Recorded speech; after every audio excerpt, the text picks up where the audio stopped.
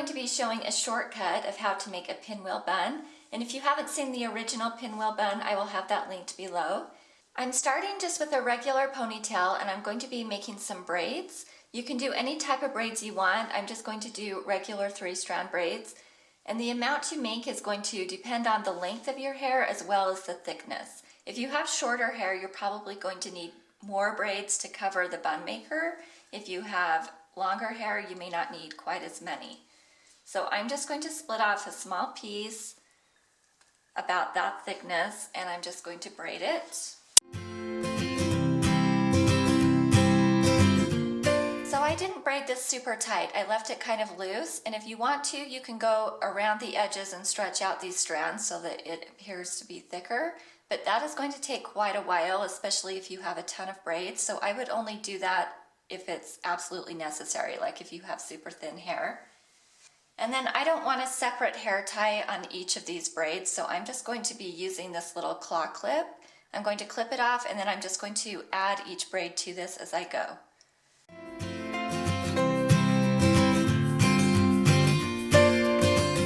So I'm done with the second braid, and as you can see, she has some of her layers sticking out here at the bottom. I wouldn't worry too much about that because it's going to be wrapped up into the center of the bun, so it really doesn't matter how these braids look down here.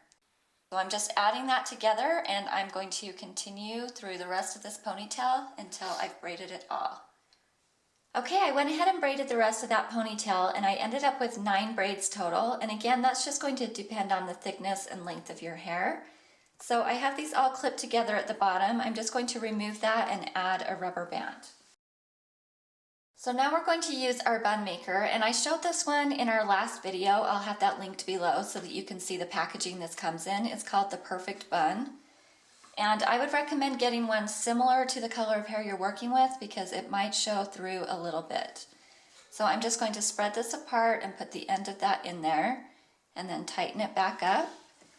And then I'm just going to start rolling. And you want to get those ends tucked in, and then after that point, you kind of want to spread the braids out. So as I'm coming up, I'm just going to make sure that this entire bun maker is covered with the braids. And then now that I'm here to the top, I'm just going to form this into the circle shape.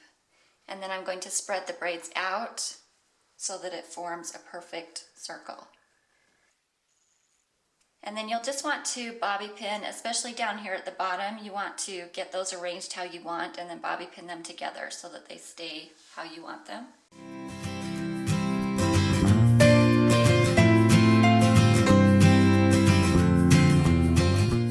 Alright, here is how it ends up looking.